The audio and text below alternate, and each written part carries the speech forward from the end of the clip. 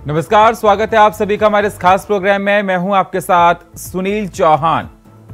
UP की विधानसभा में जिस प्रकार शिवपाल को लेकर योगी पर बार बार नाम लेकर बोलने का आखिरकार मतलब क्या है? क्या शिवपाल योगी के टच में है या फिर योगी शिवपाल को सपा में संदिग्ध करना चाहते हैं? 2024 के चुनाव से पहले क्या सीएम ने शिवपाल को बीजेपी में आने का ऑफर दिया है? इसी पर करेंगे चर्चा, लेकिन सबसे पहले ये रिपोर्ट।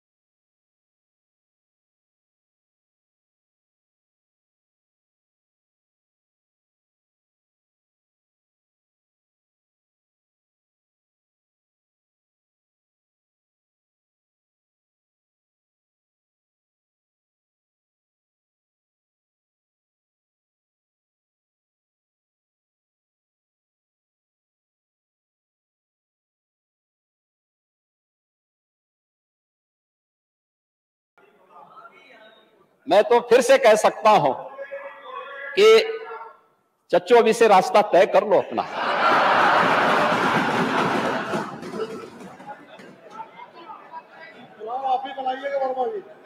देखो, ये आपके साथ न्याय नहीं करेंगे। जब भी आपका नंबर आता है आपको चुपचाप काट दिया जाता है।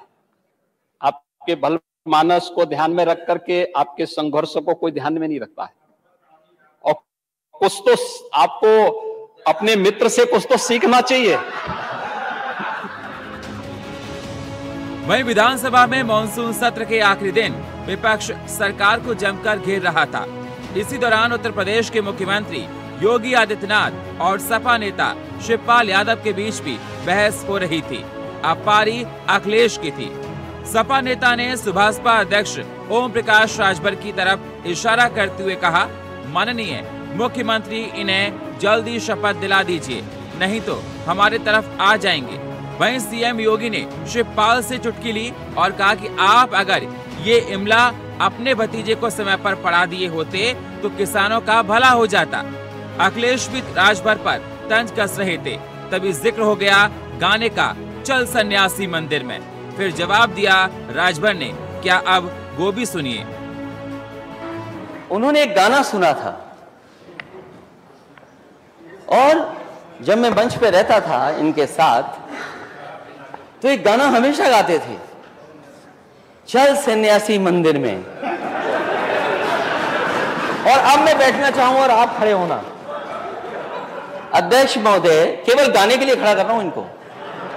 जो पहली लाइन तो इन्होंने गा दी, उस गाने की दूसरी लाइन गा दे, मैं बैठ जा रहा हूं। मेरे अंगने में तुम्हारा क्या काम है?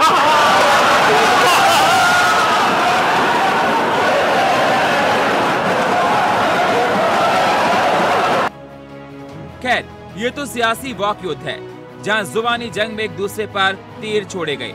मगर सवाल ये, क्या बीजेपी शिवपाल पर डोरे डाल रही है या फिर शिवपाल को सपा में संदिग्ध साबित करने की कोशिश हो रही है?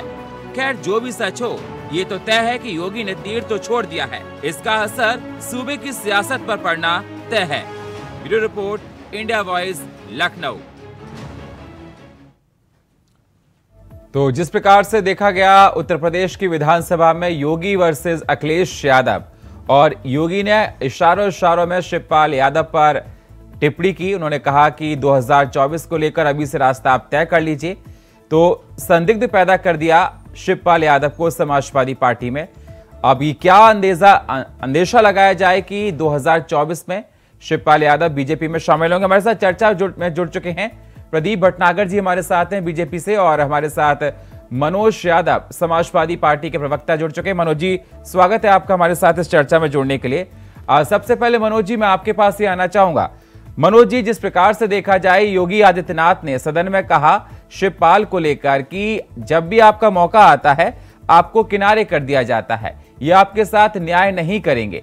इशारों में अगर देखा जाए तो योगी आदित्यनाथ ने कहीं ना कहीं उनको ऑफर दे दिया। देखिए, बीजेपी इस वक्त सिर्फ दौरे डालने का काम कर रही है। बीजेपी के पास ऐसा कुछ भी नहीं बचा है जो अपने दम पे 2024 का योगी आदित्यनाथ के चेहरे पे या मोदी के चेहरे पे चुनाव लड़ सके। उसको जरूरत है पिछड़े नेताओं की, जिसमें ओम प्रकाश राजभर को ले जा चुके हैं। उन्होंने वही ओम प्रकाश राजभर जिन्होंने योगी को कितनी बार क्या क्या कहा, ये कल्पना नहीं की जा सकती। किसी नेता ने किसी नेता के लिए इस तरह की भाषा का इस्तेमाल नहीं किया होगा, लेकिन मजबूरी हो गई योगी आदित्यनाथ की और बीजेपी की कि उनको लेना पड़ रहा। दारा सिंह चौहान को इसीलिए लिए, शालिनी यादव को इसीलिए लिए, सुषमा पटेल को इसीलिए, चूंकि कहीं ना कहीं एक मूवमेंट हुआ है पूरे उत्तर प्रदेश में। ये बात मैं आपके चैनल पे सुनील जी इसलिए कह रहा हूं कि मीडिया में कुछ और दिख रहा है, जमीन पे कुछ और परिणाम दिख रहा है। बैकवर्ड्स का और दलितों का एक बड़ा मूव हुआ है और अल्पसंख्यक वर्ग जो है वो जो थोड़ा बहुत भी बचा। तो शिवपाल यादव जी बीजेपी के टच में है ना, ये तो सही है ना? नहीं, ये अब मैं आदरणीय शिवपाल जी के लिए कोई शब्द नहीं कहता हूँ। वो अंगद के पांव की तरह उनका पैर है, उनको नहीं हिला पाएंगे। जब अंगद के पांव को रावण नहीं हिला पाया, उनके सारे ताकतवर लोग नहीं हिला पाए, तो फिर मुझे नहीं लगता है कि कोई और हिला पाएगा उनको। सर योगी आप ओपी राजभर के लिए बोल रहे, ओपी राजभर तो आपकी पार्टी में भी आए थे और पार्टी को छोड़कर। देखिए, मैं आपको एक बड़ी बात बता दे रहा हूँ, उसके बाद मुझे नहीं लगता कि आप सवाल पूछेंगे मुझसे। आदरणीय शिवपाल जी आदरणीय राष्ट्रीय अध्यक्ष जी के अब पिता की भूमिका में है, वो उनके पिता स्वरूप हैं। आदरणीय नेताजी जब से नहीं रहे दुनिया में, उनका राजनीतिक पारिवारिक सब तरीके से अगर कोई है तो वही आदरणीय राष्ट्रीय अध्यक्ष जी के पास आज ना तो पिता का साया है ना माता का साया है, कोई नहीं है उनके घर में। परिवार के बहुत सारे लोग हैं, लेकिन राजनीतिक रूप से सबसे नजदीक अगर कोई आज की डेट में है तो आदरणीय मानते हैं चाचा पिता के तुल्य होता है, मानते बिल्कुल चाचा पिता के तुल्य होता है, ये दुनिया मानती है। और ये भी सभी ने देखा होगा कि जिस प्रकार से मंच पर माइक को आगे कर ये बोला गया था शिवपाल यादव ने कि ये झूठ बोल रहे हैं मुख्यमंत्री, ये भी आपको अच्छे से याद होगा। देखिए, वो सारी बातें सुनील जी बहुत बीती बातें हो। आदरणीय नेताजी के जाने के बाद इस दुनिया में आदरणीय राष्ट्रीय अध्यक्ष जी को इस बात का एहसास है कि अगर मेरा कोई गार्जियन है, मेरा कोई राजनीतिक पिता है, तो वो आदरणीय शिवपाल जी हैं। और वो पिता पुत्र की तरह, चाचा भतीजे की तरह और एक राजनीतिक गुरु की तरह वो उनके साथ है।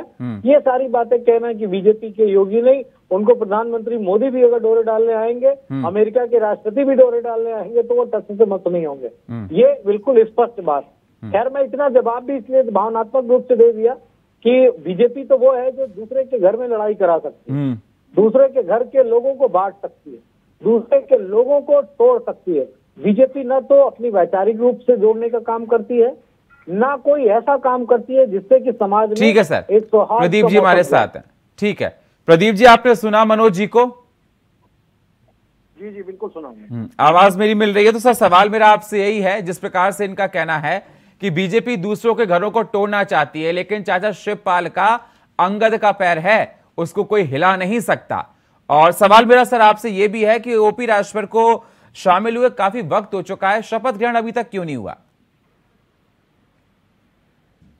देखिए, ओपी राजभर जी की बात करें, वो शपथ ग्रहण की बात तो उसमें तब आएगी जब वो कोई मंत्रिमंडल या उन्हें कोई केंद्र में सबको मिल रहा हो। अब जो चीजें आएंगी सबके सामने आएंगी, हमें सबको इंतजार है, वो आएंगी, मीडिया को पहले पता लगेगा। और आपने जो परिवार तोड़ने की बात कही है हमारे आदरणीय मनोज जी ने, देखिए परिवार तो याद आया बाद में, जब हमारे दिवंगत नेता आदरणीय मुलायम सिंह यादव जी नहीं रहे, उससे पहले हमने यहाँ पे सब कुछ कंडीशन देखी। ये वही लोग हैं जब आदरणीय शिवपाल जी जब हमारी पार्टी की तरफ थे या हमारी पार्टी का रुझान था, और जब उन्हें बांग्लादेश सबसे ज्यादा विरोध किन्होंने किसने किया था? पार्टी जी नहीं करा था। देखिए, भारतीय जनता पार्टी ने जो कुमारी बहन मायावती जी का बंगला खाली कराया और इनको दिया, क्यों दिया, क्या चाहते थे क्या नहीं चाहते थे, बहुत कुछ सुना। और वो शब्द आए समाजवादी पार्टी के मुखिया भतीजे की तरफ से जो सुनने लायक भी नहीं थे। अच्छी बातें दे रहा है, दुरुस्त है, परिवार एक बात एकजुट होना चाहिए। मगर आप जब विधानसभा में उन चीजों को उठाते हो धरातल तो कम से कम लेके बोला करिए। आप किसी गरीब की बात नहीं करते, उसको जमीन मिलनी चाहिए खेती के लिए, तो उस गरीब की कभी बात नहीं करते। जिसको छत की जरूरत है तो उस गरीब की कभी बात नहीं करते। जिसको सुविधाओं की जरूरत है सरकारी नहीं। प्रदीप जी जिस प्रकार से योगी जी ने कहा था कि चच्चू कहीं 2024 में आपको ये दरकिनार ना कर दे, क्योंकि जब भी आपकी बात आती है तो आपको हटा दिया जाता है। अब मनोज जी का ये साफ तौर पर यही कहना है, मनोज जी का कहना है कि अब चाचा हैं वो सर्वोपरि हैं, चाचा को ही देखकर डिसीजन लिया जाएगा। नहीं, बिल्कुल मनोज जी बिल्कुल सही कह रहे हैं, मगर थोड़ा सा मनोज जी भी तो ध्यान करें। जब विधानसभा की टिकट बट रही थी तब कितना विरोधाभास था, अलग अलग बैठे हुए थे टिकटों के ऊपर। जब चाचा जी ने जब उन्होंने एक लिस्ट दी तो उसको ऐसे इग्नोर कर दिया गया, बहुत कुछ नहीं था, क्योंकि एक पार्टी का दूसरी पार्टी में मिले हुआ था और उन्होंने अधिकार से अपने कार्यकर्ताओं ने टिकट मांगी, जब एक आध दो टिकट देकर टाल दिया गया। और देखिए सब चीजें हैं, कहाँ टिकट दिया गया? उनको दिए गए जो आज बोलने मिल चुके हैं, उनका समर्थन करा जो बोलने मिल चुके हैं या मिलने वाले हैं। ये चीजें दर्शाती है कि आपने समर्थन किसका करा किसका नहीं करा। आप साफ साफ बेशक दुनिया को दिखाते रहिए, मगर अंदर मन में क्या मैल है सबसे समझ में आता है क्या नहीं है। कम से कम परिवार में तो राजनीति नहीं करनी चाहिए। आप राजनीतिक है, राजनीतिक परिवार से हैं, अच्छी बात है, मगर एक परिवार में जिन्होंने इस पार्टी का निर्माण आपकी करके खड़ा किया हो, आदरणीय शिवपाल जी हो या रामकृपाल यादव जी हो, ये वो लोग हैं जिन्होंने अपना श्रम और बलिदान देके समाजवादी पार्टी खड़ा करा। ठीक है, हमारे साथ मैं आऊंगा सर, आपके पास आऊंगा। हमारे साथ जिनेंद्र जी जुड़ चुके हैं, प्रवक्ता हैं सुभाषपा के, हमारे साथ जुड़ चुके हैं। जिनेंद्र प्रताप जी स्वागत है सर आपका, आवाज मिल रही है सर आपको? जिनेंद्र जी आवाज मिल रही है सर? जी आवाज मिल रही है आपकी। जिनेंद्र जी ओपी राजभर को शामिल हुए काफी लंबा वक्त बीत गया, अब हम लोग इंतजार कर रहे थे कि मंत्रिमंडल उनको कब मिलेगा, कब मंत्री बनेंगे, वो दिन कब आएंगे सर? देखिए पद या सत्ता की लोलुपता हमारी पार्टी या माननीय ओम प्रकाश राजभर जी का कोई उद्देश्य नहीं है। अच्छा, अगर आपको याद होगा कि 20 साल से हम एक चीज कुछ मुद्दों को लेके चल रहे थे, उनमें से एक मुद्दा था भर राजभर जाति को ओबीसी से एसटी में शामिल करवाना। तो वो देखिए हम शामिल हुए हैं भाजपा के साथ, और उसके 2 दिन के अंदर ही माननीय मुख्यमंत्री कार्यालय से जो फाइल है भर राजभर जाति को ओबीसी से एसटी में शामिल करने की, वो केंद्रीय कार्यालय दिल्ली को भेज दी गई है। तो जो मुद्दे हैं वो बिना पद के भी अगर सॉल्व हो रहे हैं, मतलब तो आपको मंत्री पद की कोई उम्मीद नहीं है, मतलब उम्मीद दिखाई नहीं दे रही है, मंत्री पद नहीं चाहिए सर आपको? नहीं, देखिए राजनीति में कोई भी आता है तो बहुत सीधी सी मैं बात बताता हूँ, और मेरे नेता भी कहते हैं कि सबकी इच्छा यही होती है, चाहे वो एक कार्यकर्ता हो, कि एक दिन वो प्रधानमंत्री बने। लेकिन जो आप पूछना चाह रहे हैं कि पद कब मिलेगा, तो आपकी इच्छा भी जरूर पूरी होगी, जल्दी नहीं। मेरी सर कोई इच्छा नहीं है, मेरी कोई इच्छा नहीं थी, मैं जनता के सवाल उठा रहा हूँ आपके बीच में सर, मैं सवाल जनता के बीच के उठा रहा हूँ आपके बीच में, मेरी कोई इच्छा नहीं है। सवाल मेरा आपसे है कि ओपी राजभर को लेकर जिस प्रकार से तमाम सवाल खड़े हो रहे थे कि वो शामिल हो रहे हैं, शामिल हो गए, अब हम इंतजार कर रहे थे मंत्री पद की शपथ कब लेंगे, वो दिखाई नहीं दिया। आपसे मतलब देखिए, मेरा आपसे मतलब जनता के साथ वो मंत्रिमंडल में शामिल होंगे। मैं एक चीज स्पष्ट कर दूं कि पहले अभी केंद्र में मंत्रिमंडल विस्तार होना है और केंद्र के बाद राज्य में मंत्रिमंडल विस्तार होगा। तो जब भी केंद्र में मंत्रिमंडल विस्तार होगा तो उसके बाद राज्य में होगा, उस समय वो शामिल होंगे। ठीक है सर, आपके पास आएंगे। मनोज जी कुछ कह रहे थे सर? देखिए राजभर जी को जल्दी मंत्री का पद मिले और बेटा राज्यसभा जाए, लोकसभा जाए, एक बेटे को दर्जा प्राप्त मंत्री बनाया जाए, ऐसी शुभकामनाएं मैं देता हूं। लेकिन मेरी एक कामना और भी है कि सिर्फ परिवार को ही न मिले, क्योंकि लगातार समाजवादी पार्टी पे आरोप लगाया जाता है सभी राजनीतिक दलों के द्वारा। चाहे संजय निषाद की पार्टी को उठा के देख लीजिए, संजय निषाद मंत्री MLC, उनका बेटा एक राज्य लोकसभा का मेंबर और एक बेटा विधायक। आप अनुप्रिया पटेल की पार्टी देख लीजिए, दोनों हस्बैंड वाइफ मिनिस्टर। पार्टी के किसी और व्यक्ति को कोई अधिकार नहीं, किसी और व्यक्ति को कोई जिम्मेदारी। तो ठीक है, भी उसी तरह न कर लें, कार्यकर्ताओं की बात करें। अभी रघुवंशी जी ने कहा है, जयनेंद्र रघुवंशी जी ने, कि राजभर और भर जाति को ये 17 जातियों को एसटी में शामिल करने के लिए समाजवादी पार्टी ने 2 बार केंद्र सरकार को यहाँ से बना के भेजा। सुनील भाई मैं कहूंगा, लेकिन अब एक जाति को सिर्फ SC/ST में बनाया जाएगा, 16 जातियों को नहीं। ये मेरे ख्याल से दुर्भाग्यपूर्ण है। इतने जी बिल्कुल नहीं करनी चाहिए। जैसे समाजवादी पार्टी ने जब एक सेकंड रुक जाइए चौहान जी, देखिए समाजवादी पार्टी में जब मंडल आयोग की सिफारिशें आई तो जिन सिफारिशों के जरिए पिछड़ा आयोग पिछड़े वर्ग के लोगों को, चाहे वो राजनीति में, चाहे वो शिक्षा में, चाहे नौकरियों में जो आरक्षण मिला वो सबको मिला, किसी एक जाति के लिए आरक्षण नहीं आया था। तो ये इस तरह की बातें टीवी चैनल पे ना कहें, मैं विपक्ष को खामखा बोलने के लिए विवश करते हैं। ठीक है, जल्दी से जयेंद्र जी, जल्दी से। नहीं, थोड़ा विस्तार से बताऊंगा कि 2005 में माननीय नेताजी ने एक अपना नोटिफिकेशन निकाल के 17 जातियों को ओबीसी से एसटी में शामिल कर दिया था और उस पर हाई कोर्ट ने उस पर रोक लगा दी थी। और 2016 में यही दोबारा से एक नोटिफिकेशन निकाल के माननीय अखिलेश जी ने उन 17 जातियों को ओबीसी से एसटी में शामिल कर दिया था। अब आप खुद डिसाइड करिए कि जो चीज गैर कानूनी है आप उसे कैसे लागू कर सकते हैं। और दोनों बार हाई कोर्ट ने रोक लगाई, उसका कारण ये था कि किसी भी जाति को ओबीसी से एसटी में या एसटी से ओबीसी में ले जाना या एसटी और ओबीसी में शामिल करना केंद्र सरकार के अधीन होता है।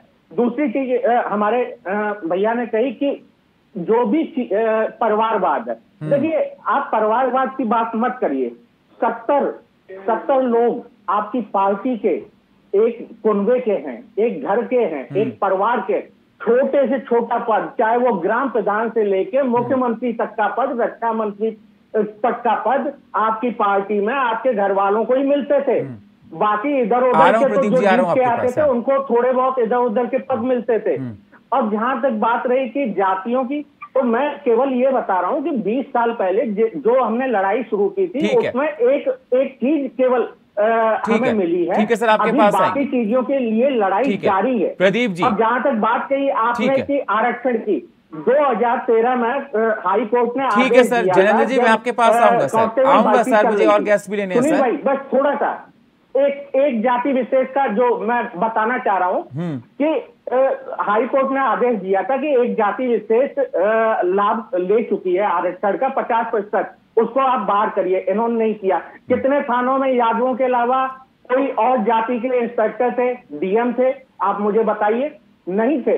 और इसके अलावा मैं बताता हूँ उच्च शिक्षा आयोग, उच्चतम शिक्षा आयोग और लोक सेवा आयोग। ठीक है सर, जवाब दीजिए मनोज जी जल्दी से, मुझे प्रदीप जी के पास जाना है। हाई कोर्ट से ठीक है सर, मनोज जी जल्दी से जवाब प्रदीप जी के पास जाना है। ठीक है, जैनेन्द्र जी के जो जवाब थे, जो सवाल थे, उनका सीधा सा जवाब है। अगर आपको उस वक्त लगता था कि योगी आदित्यनाथ ने कहा कि 86 में 56 SDM बन गए यादव जाति के, तो मैं आपसे भी अनुरोध करता हूं कि वो वाला रिजल्ट मीडिया को दीजिए और उन 56 यादव SDM को तत्काल सस्पेंड किया जाए सुनील जी। क्योंकि किसी सरकार के तहत अगर 86 में 56 यादव SDM बन किए जाएंगे तो उसको मैं भ्रष्टाचार की श्रेणी में नाम भी बता देता हूं, तत्काल उनको सस्पेंड किया जाए। योगी आदित्यनाथ से भी कह रहा हूँ, ओम प्रकाश राज, ठीक है, मैं जवाब लेता हूँ प्रदीप जी से। आरोप इनके सस्पेंड करने के बाद से जवाब। ठीक है प्रदीप जी जवाब दीजिए। तमाम उन्होंने बातें कही कि आपकी पार्टी में परिवारवाद बहुत है। वैसे अगर देखा जाए समाजवादी पार्टी में तो सारे मिनिस्टर्स डाइनिंग टेबल पर बैठ जाते थे जब मिनिस्टर्स थे वो। तो ना कि मनोज जी को देखना चाहिए कि एक उंगली सामने करते 4 उंगली मनोज जी की तरफ हो गई है, वो चीजें बोलनी नहीं चाहिए। जो कमाई वाले जिले थे उनमें सब रिश्तेदारी बैठे हुए थे। अरे क्यों ना बोले जो बात कही ना वो सत्य कही। और बहुत छोटा सा उदाहरण देने जा रहा हूँ। अभी मैनपुरी में चुनाव हुआ लोकसभा का और आदरणीय डिम्पल जी वहां से मेंबर ऑफ पार्लियामेंट बनी है। जरा बता दीजिए वहां से कोई समाजवादी पार्टी का नेता नहीं था जिन्हें लड़वा सकते थे? आप परिवारवाद के अभी बोल तो रहे थे बड़ा आप निषाद जी के बारे में, राजभर जी के बारे में, और आप तो साक्षात मूर्ति हैं इन चीजों के। मैं जवाब दूंगा, अभी जवाब दे दीजिएगा। बेटा पिताजी राष्ट्रीय अध्यक्ष, चाचा जी राष्ट्रीय महामंत्री, बेटा प्रदेश अध्यक्ष, राष्ट्रीय अध्यक्ष युवा बहुत समाज। हाँ, ये तो चाले चरित्र था। और आप मुझे यहाँ पे आज कह रहे हैं कि परिवारवाद की संज्ञा सुना रहे, आपको तो अभी भी चिंता है। और आपने जितनी टिकटें दे दी है वही भारी भरकम माफिया को टिकट दी है, और फिर भी आप इसको साफ सुथरे और इतना स्पष्ट बन के दिखाने की पूछे मत। क्योंकि अभी जरा सा राजनीति की जो वक्तव्य दे रहे हैं उनकी तरफ से, उन्होंने अभी बड़ा अच्छा चीज दी है और आपसे कोई जवाब नहीं बन पाया। सारे चेयरमैन आपके परिवार के थे उत्तर प्रदेश के, और आपके जितने भी जिले हैं उत्तर प्रदेश में, आज भी समाजवादी पार्टी के जो मुखिया है ना, राष्ट्रीय महामंत्री हो या अध्यक्ष हो, उनके घर हैं बाकायदा उत्तर प्रदेश के हर जिले में। और यह भी पता है कि बैंक की लड़ाई कैसी चली, कितने मुख्यमंत्री थे, कितना विकास हो पाया आपसी लड़ाई में। भैंस जरूर मिल जाती है अगर चोरी हो जाए तो एक मुख्यमंत्री की, मगर न्याय नहीं मिलता था किसी को भी। तो ये तो करनी थी। जी मनोज जी। देखिए, मैं एक ही बात कहूंगा, हर बात का जवाब देना पॉसिबल नहीं, क्योंकि आपकी डिबेट में टाइम भी नहीं होगा बहुत। नहीं, आप जवाब दीजिए सर, जवाब दीजिए। सब ठीक है। मैं एक बात बताना चाहूंगा, हमारी पार्टी में 111 विधायक है मौजूदा समय में। हमारी पार्टी के 111 में सिर्फ 2 लोग हैं घर के, आदरणीय अखिलेश यादव जी और नहीं सर, उनका सवाल ये था प्रदीप जी का, एक बार मैं आप एक सेकेंड, उनका था जब बाई इलेक्शंस हुए मैनपुरी में तो डिंपल यादव को वहां से लड़ाया गया। अगर परिवारवाद की आप बात कर रहे थे सर, एक सेकेंड, भी किसी अपने कार्यकर्ता को नहीं दी उन्होंने, तो आप टिकट किसी और को देते, डिंपल यादव को क्यों देते थे आप? और वैसे भी देखा जाता जहां जहां समाजवादी पार्टी का गढ़ था, अगर चाहे अब तो नहीं रहा, अगर देखा जाए पहले कन्नौज से डिंपल यादव अनअपोज चुनी गई थी, तो वहां परिवारवाद को जहां सेफ सीट थी वहां पहले उतार दिया जाता था। अच्छा, तो मैं एक ही बात पूछूंगा, फिर ना हो तो आजमगढ़ से लड़वा दिया जाए नरेंद्र मोदी को। ठीक है सर, ठीक है, ठीक है। बहुत बहुत शुक्रिया आप सही मेहमानों का हमारे साथ चर्चा में जुड़ने के लिए। प्रदीप जी आपका, मनोज जी आपका, जनेन्द्र जी आपका, बहुत बहुत शुक्रिया। लेकिन सवाल इस बात का निकल कर आ रहा है, जिस प्रकार से योगी वर्सेस अखिलेश यादव विधानसभा में देखा गया, क्या 2024 में शिवपाल यादव बीजेपी से लड़ेंगे या संदिग्ध कर दिया है? ऐसे बहुत सारे सवाल निकल कर आ रहे हैं। बहुत बहुत शुक्रिया आपका।